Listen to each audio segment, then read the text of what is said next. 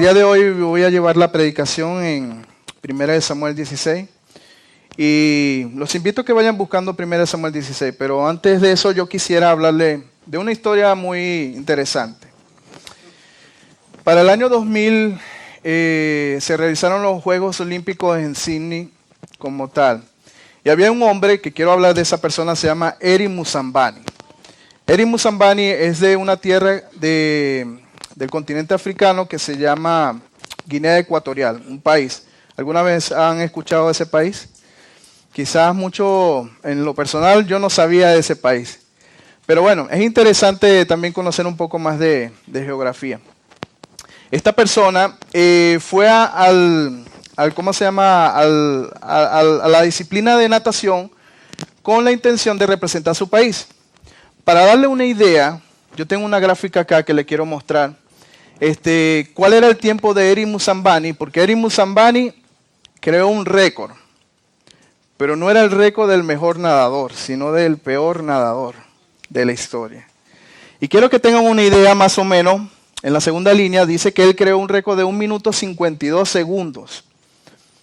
Antes de él estaba Robert Quiroz, que él fue el más lento antes de Eri Musambani, que creó 1 minuto 4 segundos. Hay una diferencia entre ellos dos, siendo los más lentos, de 48 segundos. Es bastante tiempo para la disciplina de 100 metros de natación libre. Esta persona tenía que ir y regresarse. Ahora, nosotros también tenemos a Pan Sanley, que era un chino. Este chino tiene el récord mundial y es la persona más rápida del mundo en la disciplina de natación. Y si ven la diferencia entre Eri Musambani y Pan Sanley, tiene 1 minuto, casi 6 segundos. Es bastante tiempo, ¿cierto? O sea, yo le pongo la gráfica con la intención de que entienda qué tan lento era la persona como tal en esta disciplina. Ahora, mi propósito no es buscar burlarnos de él. No, ese no es mi propósito. Mi propósito es que cuando vi la historia de esta persona y estaba buscando qué era en realidad lo que lo motivó, él dijo muchas cosas interesantes en su entrevista. Él hablaba y decía de que una de las cosas que él quería era representar a su país. Pero le dijeron, ¿tú sabías nada? Y él dijo que no. Oiga, teniendo conciencia, ¿ustedes creen que se podían presentar a unas Olimpiadas no sabiendo nada? No, es una locura, ¿cierto? Es una locura. Pero él decidió ir a representar a su país. En humildad decidió representar a su país. Después que él llegó a su tierra, él entendió y él decidió ser entrenado, de entrenarse, capacitarse en la disciplina de natación. Mucho tiempo después él participó en las Olimpiadas Internacionales.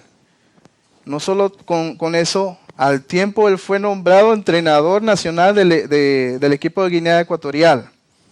Si van viendo el progreso de lo que tuvo, de la humildad que él tenía en ese instante, para llegar a ser incluso el entrenador nacional del país de Guinea Ecuatorial. Eso es lo que quiero mostrar en el día de hoy. Hoy vamos a hablar uno de los aspectos o características que vamos a ver en el corazón de lo que Dios busca en el ser humano. Y de eso trata la historia del día de hoy de David. A lo cual, teniendo una idea de esta historia, vamos a ver el día de hoy una de las características de lo que Dios mira en el corazón del hombre. Y mi idea del mensaje ha sido lo que Dios mira en el corazón. Para eso, acompáñenme un momento a 1 Samuel 16:1. Si tienen 1 Samuel 16:1. Ok, dijo Jehová a Samuel, ¿hasta cuándo llorarás a Saúl, habiendo yo desechado para que no reine sobre Israel? Llena tu cuerno de aceite y ven, y te enviaré a Isaí de Belén, porque de sus hijos me he provisto de rey. Y dijo Samuel, ¿cómo iré? Si Saúl lo supiera, me mataría. Jehová respondió, toma contigo una becerra de la vacada y di, a ofrecer sacrificio a Jehová he venido. Y llama a Isaí al sacrificio, y yo te enseñaré lo que has de hacer, y me ungirás al que yo te dijera. Muy bien, hermanos, recordando lo que había pasado en el capítulo anterior, el capítulo 15, vemos a un Samuel, si se acuerda un poco de la historia, donde él decía que él estaba obedeciendo a Dios, pero vemos a Samuel guardando animales, guardando personas, incluso la vida del rey Agag. Es decir, Ah, dije Samuel. Es que confuso tener a Samuel y Saúl al mismo tiempo. Pero bueno, vimos a Saúl guardando la vida incluso del rey Agag. A lo cual Saúl decía que él estaba obedeciendo al Señor. Y vimos que él no estaba obedeciendo. ¿Se acuerda de ese evento? ¿Se acuerda que tuvo que venir Samuel y hacer lo que no había hecho el rey Saúl, quitándole la vida incluso al rey Agag? Dice la palabra que lo había descuartizado. Pero asimismo también terminó él de hacer todas estas cosas, Samuel, y Samuel se devuelve a Rama, y dice la palabra de Dios que más nunca volvió a ver a Saúl, aunque él tenía duelo por él. Y es eso mismo que vemos en el primer versículo, dice que hasta cuándo llorarás a Saúl, habiendo yo desechado para que no reine sobre Israel. Samuel tenía conocimiento de lo que hizo Saúl, pero él permanecía triste, hermano. Vemos a Samuel triste porque no había obedecido al Señor. Lo cierto es que estaba pasando una tristeza, a lo cual Dios le dice, oye, pon aceite a tu cuerno y vete que te enviaré a Isaí de Belén. Ok, aquí por primera vez vamos a ver a un personaje que se llama Isaí. Por primera vez a Isaí. Y este es un dato muy importante, hermano, porque no sabemos quién es esta persona, pero investigando un poco, encuentro que en Ruth 4:17 dice que es Boz y Ruth son los abuelos de Isaí, que eran de la tribu de Judá. Estos datos son muy importantes para conocerlos, hermanos, porque a través de esta tribu es que se nos da la promesa del Redentor. Recuerde que siglos más tarde nuestro Redentor nace en la tierra de Belén, según Mateo 2. Y Jacob, antes de morir, él empieza dándole la bendición a todos sus hijos. Y cuando llega el hijo de Judá, le dice a él, se te llamará cachorro de león, y dice, y no será quitado el centro de Judá. Eso dice Génesis 49. Estamos viendo cómo el Señor está armando esto para la venida de nuestro Señor. ¿Es coincidencia, hermano, que esté pasando todo este tipo de situaciones? No es coincidencia, hermano. Aunque la palabra de Dios no nos resalta mucho la vida de Isaí, él forma parte del linaje de David. Entonces Dios le dice a Samuel, ve con Isaí porque me he provisto un rey. Y lo primero que Samuel responde, ¿cómo iré? Si Saúl lo supiera, me mataría. Si ven cómo Samuel hace rato estaba pasando de duelo por Saúl, y ahora pasa de que si Saúl se entera me va a matar. Tuvo un cambio de sentimientos y de opiniones en ese momento. De hecho, sabemos que Saúl ya sabía esto. ¿Se acuerdan el capítulo anterior, donde el mismo Samuel le dice a Saúl que Dios ha provisto otro rey? Ya Saúl sabía estas cosas. Y vemos cómo Jehová le responde a Samuel, toma contigo una becerra de la vacada y di, a ofrecer sacrificio a Jehová he venido. Hermano, la situación que está pasando en estos momentos es algo similar como los que son padres aquí. ¿Sabe cuántas veces no han mandado a sus hijos a hacer una tarea? Y muchas veces su hijo empieza, papá, pero es que, no sé, yo no creo que vaya a ser posible, yo creo que tú estás equivocado. Empiezan a ponerles pretextos. Y ustedes mismos empiezan, sin darle mucha explicación, le dice, anda que te he mandado, ¿cierto? Es algo, una situación similar a lo que tiene Jehová aquí con Samuel. Samuel le dice, oye, me van a matar si voy allá. Y Jehová le dice, anda y toma la becerra y vete a hacer lo que te estoy diciendo. Yo me imagino a Dios mirándolo desde ese punto de vista diciendo, ¿tú crees que yo me voy a escapar cualquier cosa, yo siendo el creador del universo? Dice la palabra que no caerán dos pajarillos al suelo sin el consentimiento de Dios. Dios tiene el control de todo, hermano. Obviamente el Señor sabía qué podía pasar y qué no iba a pasar. Samuel tenía que solamente hacer caso al Señor de lo que le ordenaba. Ahora síganme con el versículo 4. Hizo pues Samuel como le dijo Jehová, y luego que él llegó a Belén, los ancianos de la ciudad salieron a recibirle con miedo y dijeron, ¿es pacífica tu venida? Y él respondió, sí, vengo a ofrecer sacrificio a Jehová, santificaos y venid conmigo al sacrificio. Y santificándolo él a Isaí y a sus hijos, los llamó al sacrificio.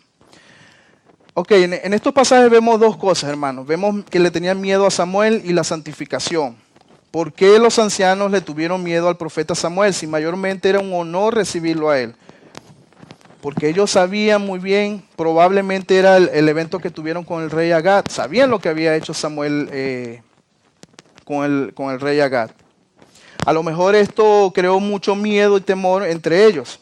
A lo que Samuel le responde, sí, es pacífica mi venida, pero ofrecer sacrificios, así que santificados para que participen de él.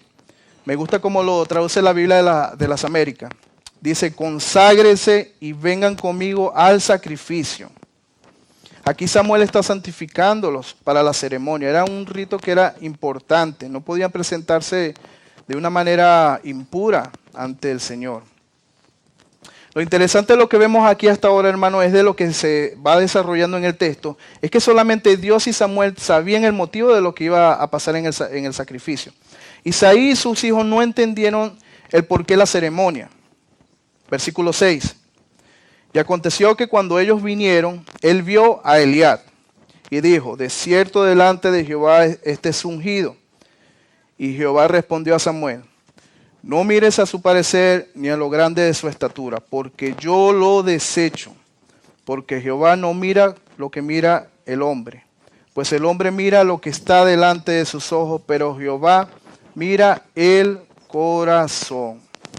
Aquí está el centro del capítulo, en pocas palabras. Jehová mira el corazón. Aquí vemos cómo Samuel, un hombre de Dios que fue dedicado a toda su vida al servicio de Dios, que fue instruido, que fue capacitado, que fue ungido, es decir, preparado para la obra del Señor, lo vemos equivocándose. Al comienzo él dice, oh, de cierto este es el ungido del Señor. ¿Sí recuerdan esa parte? Él ve a Eliab y dice que era probablemente el ungido del Señor. Es como, yo no sé si muchos estuvieron aquí cuando estaba el hermano Wilson predicando y él pone una comparación de él con otro hermano, el musculoso. ¿Sí se acuerdan? Cualquiera ve y si hacemos la comparación, wow, este debe ser el ungido del Señor porque lo ves. No es que estoy diciendo que el hermano está... pero algo así pasó en la mente de Samuel. Él pensaba que era el ungido del Señor. Aparentemente él ya era alguien hermoso, alguien alto. Quizás Samuel tenía el prototipo de Saúl, ya que recuerden que las características eran muy similares a las de Saúl. Y aunque sabemos que el pueblo anteriormente quería un rey conforme a las demás naciones, era el Dios mismo que le había elegido conforme a lo que ellos querían. Hermanos, qué fácil es llevarnos por las apariencias. Es muy fácil llevarnos por las apariencias. Y esto le puede suceder a cualquiera. En este caso tenemos a un profeta pensando igual como el pueblo. El físico de Eliab hizo pensar a Samuel que él era el ungido de Dios. Dice Charles Spurgeon, el mundo se arrodilla ante la grandeza, pero Dios inclina a los humildes. Samuel se dejó impresionar por la altura de Eliab, como antes lo había hecho con Saúl. Pero Dios le recordó, yo miro el corazón. Ahora, confieso que para poder llegar a entender qué es lo que mira Dios en el corazón, tuve que llegar a ver qué es lo que hay primariamente en el corazón del hombre. No sabemos qué es lo que Dios busca en el corazón del hombre, pero necesitamos saber entonces qué hay en el corazón del hombre. Y Marcos 7:21 fue un versículo que fue muy clave para mí. Dice, porque de dentro del corazón de los hombres salen los malos pensamientos, los adulterios, las fornicaciones, los homicidios, los hurtos, las avaricias, las maldades, el engaño, la lascivia, la envidia, la maledicencia, la soberbia, la insensatez. Todas estas maldades de dentro salen y contaminan al hombre. Nada bonito, ¿cierto? Si han escuchado iglesias que dicen, hey, saca el campeón que tienes dentro de ti. Iglesias carismáticas, ¿cierto? Hermano, yo no veo nada bonito en el corazón del hombre. Si ven la seriedad de esto, hermano, si ven que Dios mismo que Cristo mismo nos está diciendo ¿Qué es lo que hay en el corazón del hombre? Es Cristo mismo. Este pasaje lo está hablando, es Cristo mismo. ¿Y quién más que Cristo, que es Dios, que conoce al hombre? Entonces, ¿qué quiere decir que Dios, que salga de mi corazón si todo es malo? Entonces ahora podemos ver qué es lo que sale del corazón, pero qué es en realidad lo que mira Dios en el corazón. Miqueas 6:8 nos dice: oh hombre, Él te ha declarado lo que es bueno. ¿Y qué pide Jehová de ti? Solamente hacer justicia y amar, misericordia y humillarte ante tu Dios. Ese es el corazón que Dios busca. Eso demuestra lo que Dios quiere que salga del corazón de nosotros y no lo que mayormente sale de nuestro corazón. Versículo 8. Entonces llamó Isaí a Abinadab y lo hizo pasar delante de Samuel, el cual dijo: tampoco a este ha escogido Jehová. Hizo luego pasar Isaí a Sama y le dijo: tampoco a este ha escogido Jehová. E hizo pasar Isaí 7 hijos suyos delante de Samuel, pero Samuel dijo a Isaí: Jehová no ha elegido a estos. Entonces dijo Samuel a Isaí: ¿son estos todos tus hijos? Y él respondió: queda uno, el menor, que apacienta ovejas. Y dijo Samuel a Isaí: envía por él, porque no nos sentaremos a la mesa hasta que él venga aquí. Isaí hizo pasar a todos sus hijos que tenía, hermano, menos a uno. De hecho, cuando Samuel le pregunta a Isaí, este responde diciendo: sí, pero es pastorcillo, que apacienta las ovejas. No lo dice el texto, pero da la idea como que menospreciaba un poco el trabajo de su hijo. Da la idea de que Isaí decía en sí mismo como que: oye, ya pasé 7 hijos míos, menos a este lo va a elegir. Aparentemente pensaba Isaí de esa manera. Y Samuel le dice: mándalo a buscar, porque no nos sentaremos a la mesa hasta que él llegue aquí. Ahora, yo les quiero mostrar una gráfica de una de las responsabilidades y características de lo que tenía, para que tengan idea de lo que hacía un pastor de esa época, incluso hasta el día de hoy. Una de las responsabilidades entre ellas era de que él guiaba el rebaño. Él llevaba las ovejas a buenos pastos y fuentes de agua, hermano. Él conducía las ovejas por buenos caminos. Otro punto era de proteger al rebaño, hermano. Él defendía las ovejas de animales salvajes como leones, osos y lobos. No solamente eso, las cuidaba de los ladrones. Él buscaba, otro punto, otra responsabilidad era de que buscaba la oveja perdida. Si alguna oveja se perdía, el buen pastor busca hasta encontrarla. No se sabe el tiempo. Él no dice: voy en 10 minutos, ya regreso. Él no sabe dónde está la oveja, él tiene que buscarla. Y lo mejor de todo, él volvía cuando ya la encontraba. Otra responsabilidad era de cuidar a las enfermas o heridas. Él las curaba y cargaba si no podía caminar. ¿Se pueden imaginar tener una ovejita?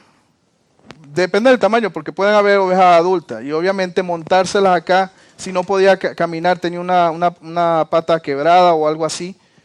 Él tenía que cargar con el peso de ella y llevarla hasta donde están las demás ovejas. Él vivía entre ellas. Muchas veces pasaba la noche al aire libre, hermanos, con las ovejas. Los agarraba a la noche y tenía que estar con ellas. Y yo pregunto, ¿era un trabajo fácil? Si ven que no es un trabajo fácil, si ven que aunque menospreciaban ese tipo de trabajo, era un trabajo muy fuerte. Y esto mismo hacía David. Y un simple pastor hizo esperar hasta que llegara a la mesa. Eso mismo dijo Samuel: no nos sentaremos aquí hasta que llegue a la mesa. Versículo 12. Envió pues por él, y él hizo entrar. Y era rubio, hermoso de ojos y de buen parecer. Entonces Jehová dijo: levántate y úngelo, porque este es. Y Samuel tomó el cuerno de aceite y lo ungió en medio de sus hermanos. Y desde aquel día en adelante el Espíritu de Jehová vino sobre David. Se levantó luego Samuel y se volvió a Rama. Hermanos, vemos aquí cómo aparece David por primera vez y dando unas características de hombre guapo, que era rubio, hermoso de ojos y de buen parecer. Básicamente era, ¿cómo le dicen los americanos? Handsome. No, como dice la hermana. Bueno, era de buen parecer. Cualquiera dirá, puede pensar, decir, oye, no es que Dios y que no ve el corazón y ahora sale una persona también guapa otra vez. Sí, es correcto. El hecho de que sea buen parecido no quiere decir que no pueda tener un buen corazón. De la misma manera ordena Samuel a que lo unja con aceite, ya que David va a ser el nuevo rey de Israel. Entonces Samuel lo hizo en medio de sus hermanos y desde aquel día vino sobre David el Espíritu Santo.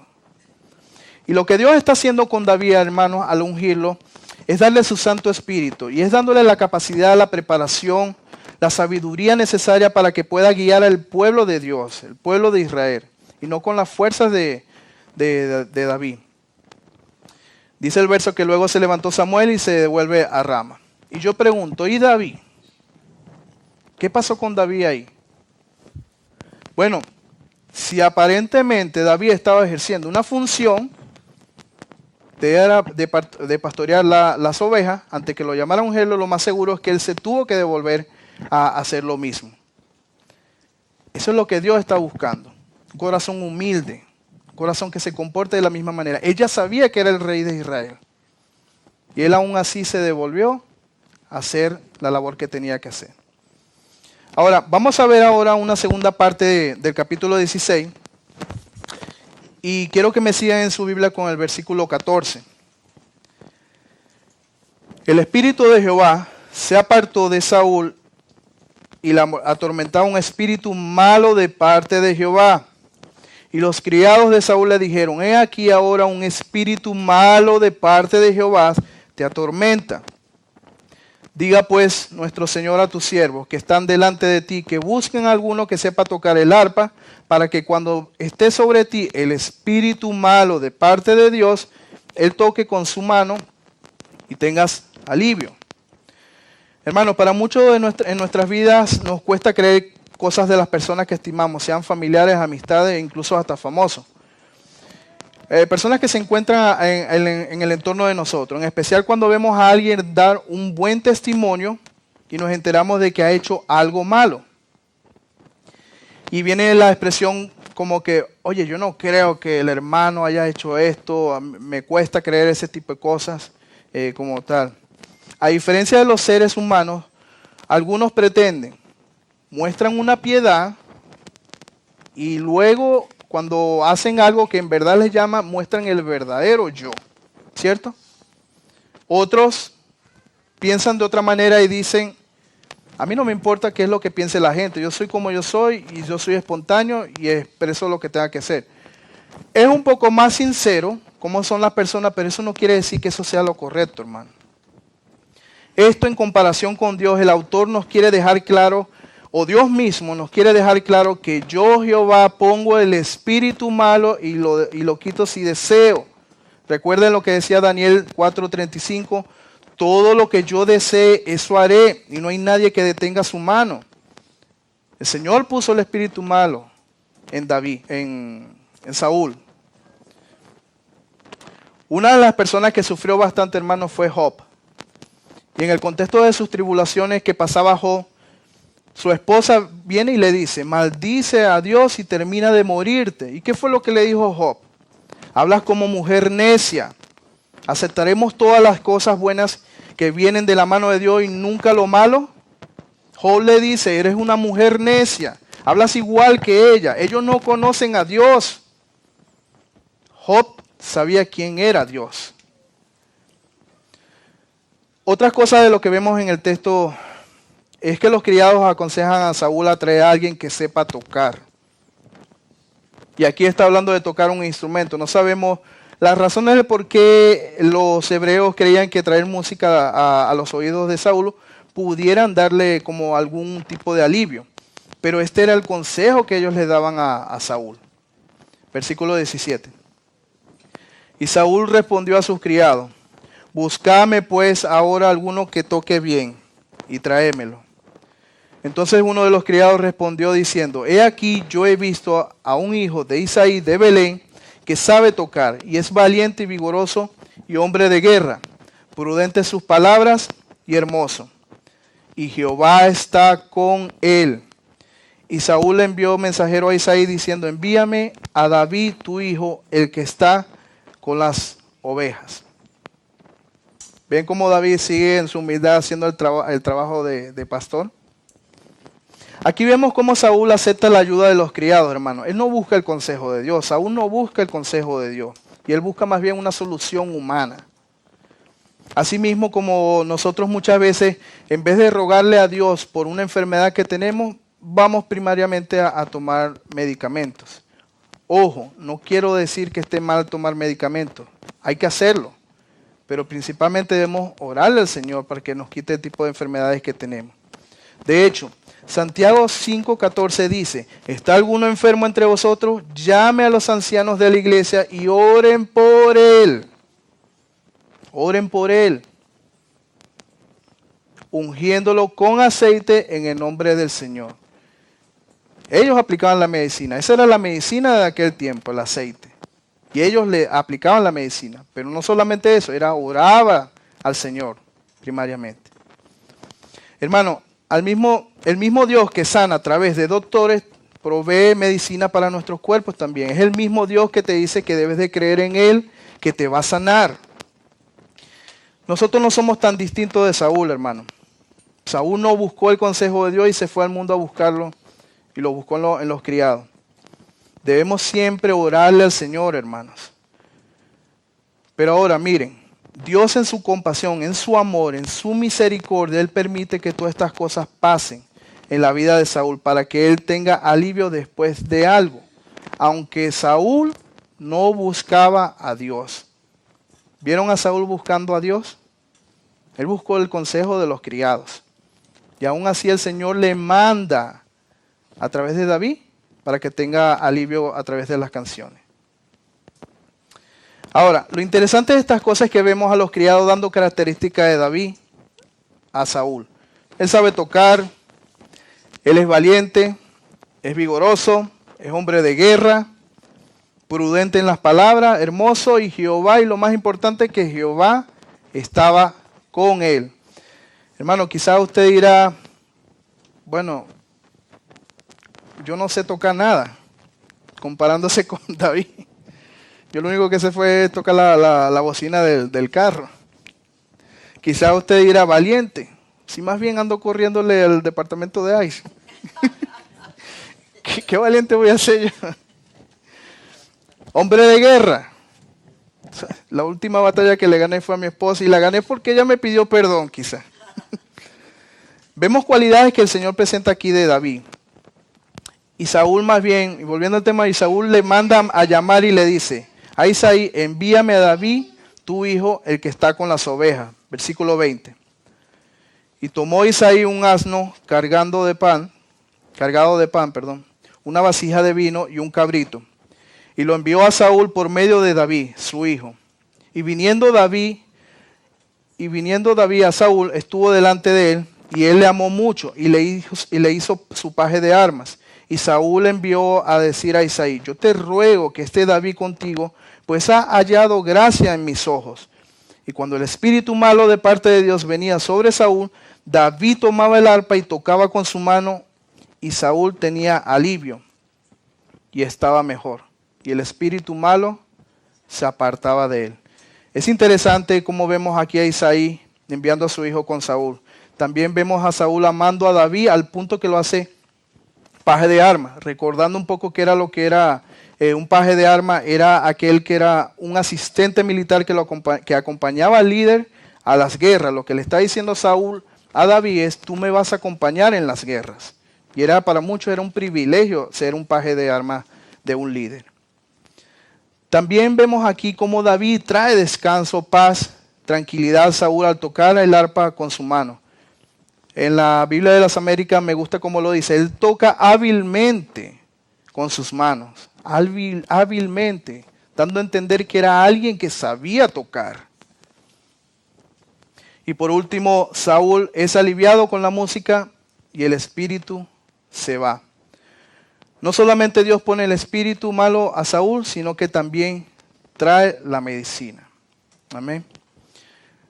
Hay unas aplicaciones que quiero que veamos en estos pasajes, porque Aunque sabemos que es una historia narrativa que pasó en algún momento, esto no quiere decir que nosotros no podamos aprender un poco de esto. Seguimos aprendiendo en el día de hoy de esa historia narrativa. Y tenemos que hacer como una vez dijo Pedro, no solamente de oidores, sino de hacedores. Número 1, Dios quiere que seamos humildes. David tenía un trabajo muy humilde, hermano. Cuidaba a sus animalitos, los protegía, peleaba por ellos y cuando lo llamaron a ungirlo como rey, siguió su labor de ovejas. Él no dijo, ya yo soy un rey, sírvanme. Él siguió haciendo su labor. Y tú dirás, hermano, pero él fue ungido, hermano. Bueno, yo te digo que 1 Juan 2:20 dice que vosotros tenéis la unción del Santo. Todo aquel que ha puesto la fe en nuestro Señor Jesucristo ya ha sido ungido por el Espíritu Santo. Segundo punto, dejarse guiar por Dios. Vemos cómo Dios está preparando a David para ser rey. Vemos cómo David, siendo ungido por Dios, siendo el próximo a ser el rey de Israel, le servía a Saúl, que era su rey en ese instante de tiempo. ¿Sí ven cómo la humildad llevaba a servirle a este rey? En ese tiempo David estaba sirviendo a este rey. Se estaba dejando guiar.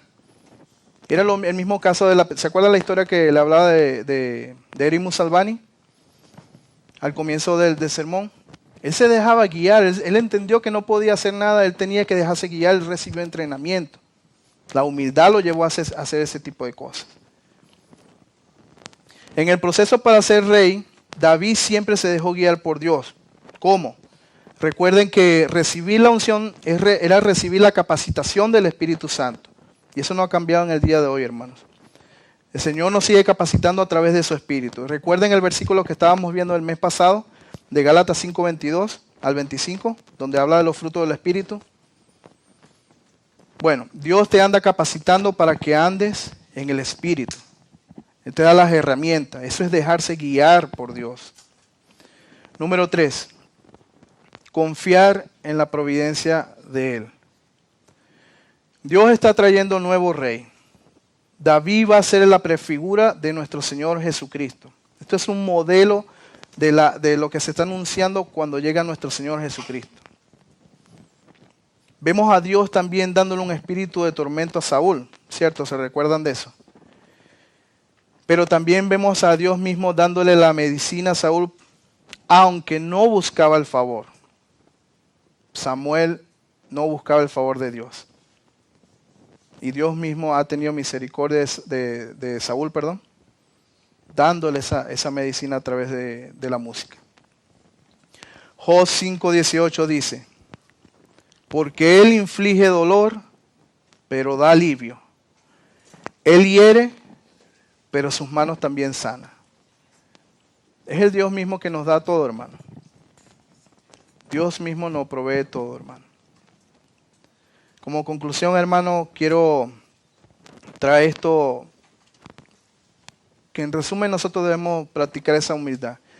Lo que el Señor mira en el corazón del hombre, una de las características, porque el Señor mira muchos aspectos, una de las características es la humildad.